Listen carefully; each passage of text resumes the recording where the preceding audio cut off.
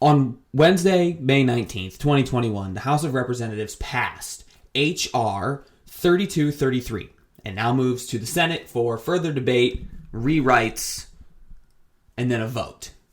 Now, H.R. 3233 would establish a national commission to investigate the January 6th attack at the U.S. Capitol. Now, on the surface, that sounds like a good bill idea, right?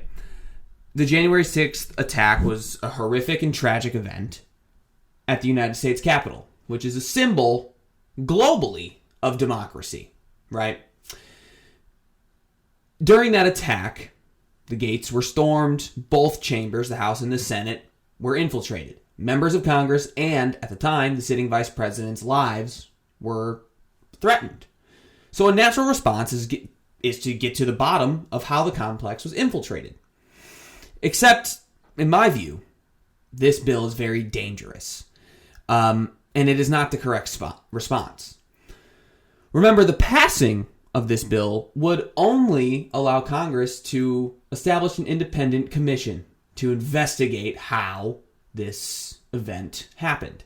Well, we already know how the attack happened. We know who the attackers were, we know why they did it, and we know who orchestrated the attack. And on the surface level, it was a group of crazy conspiracy theorists gaslit by a sociopath and his media allies to believe that democracy was under attack.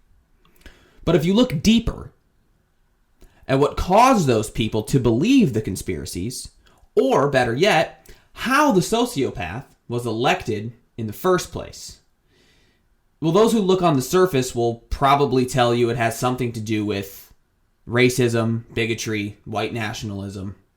But when you look one layer deeper, some of the surface level things, racism, bigotry, nationalism, those are there. But more so, the cause of the January 6th attack was bad trade policy, rising costs compared to stagnating wages, the offshoring of millions of jobs, and an overall distrust of the very institution that was attacked. This bill is being called a 9/11 style investigative commission.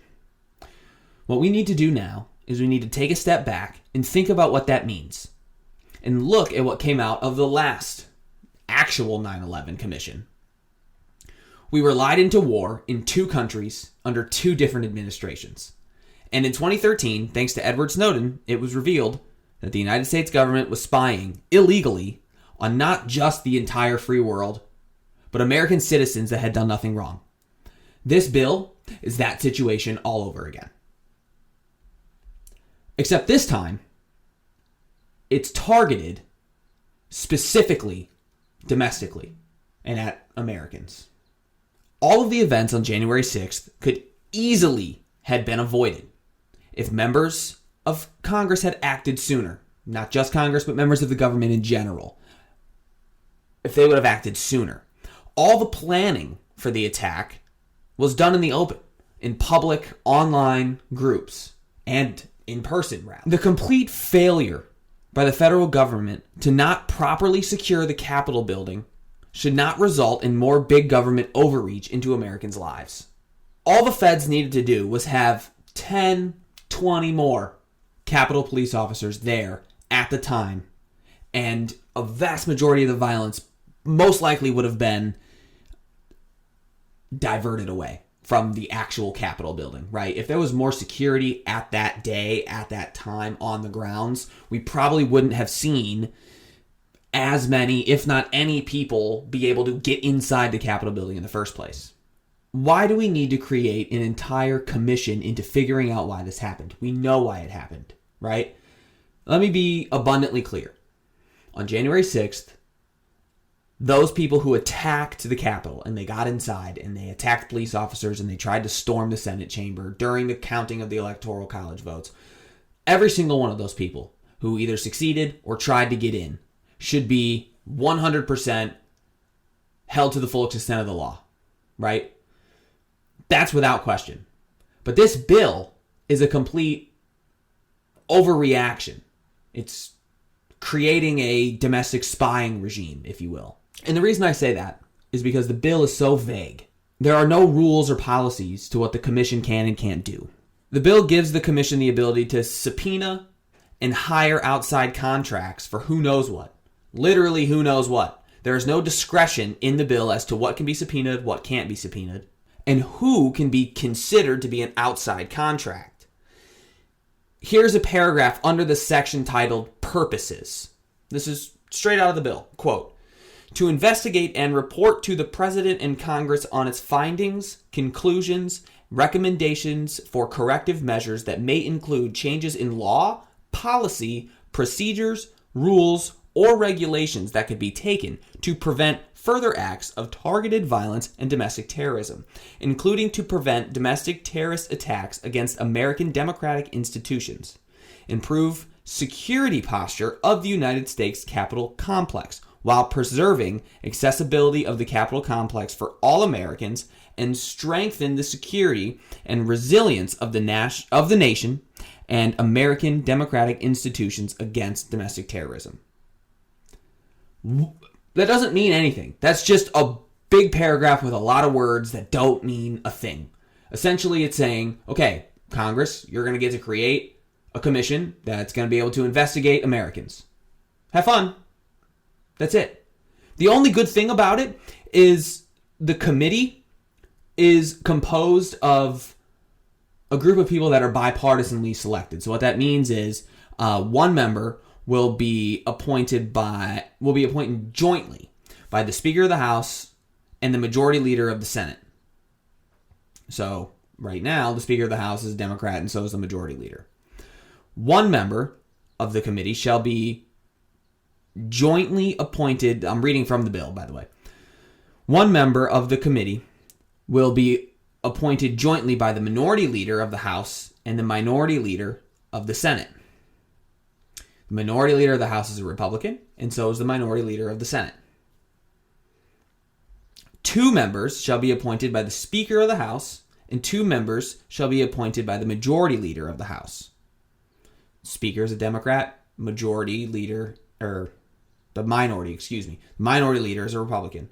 And 2 members of the House shall be appointed by the Majority Leader of the Senate, and 2 members shall be appointed by the Minority Leader of the Senate. So basically what that means is everyone who's appointed to this committee, the people who choose the committee members are split evenly between Republicans and Democrats. So it's as independent and fair as you can get in today's standards.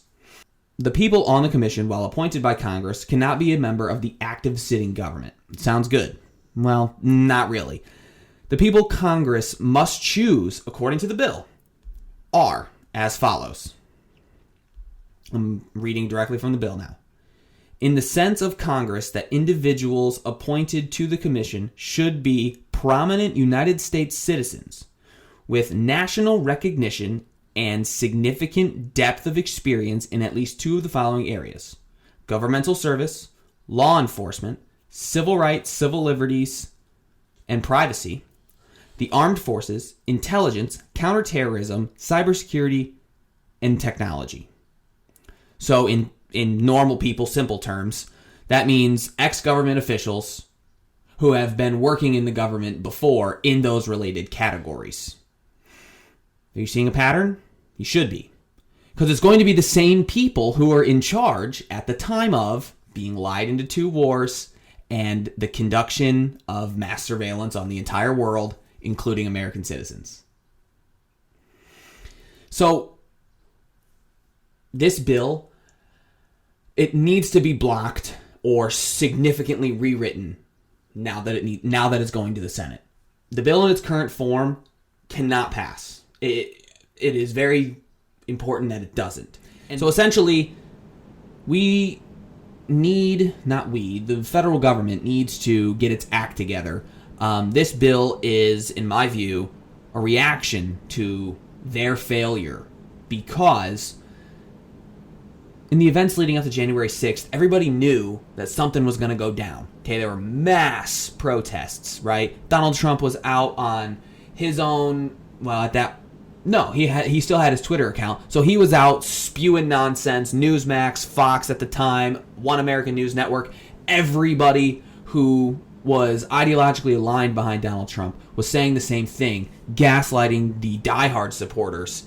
And the diehard supporters, the QAnon wing of the party, everybody was open about their plans to try and stop the Electoral College from being voted on.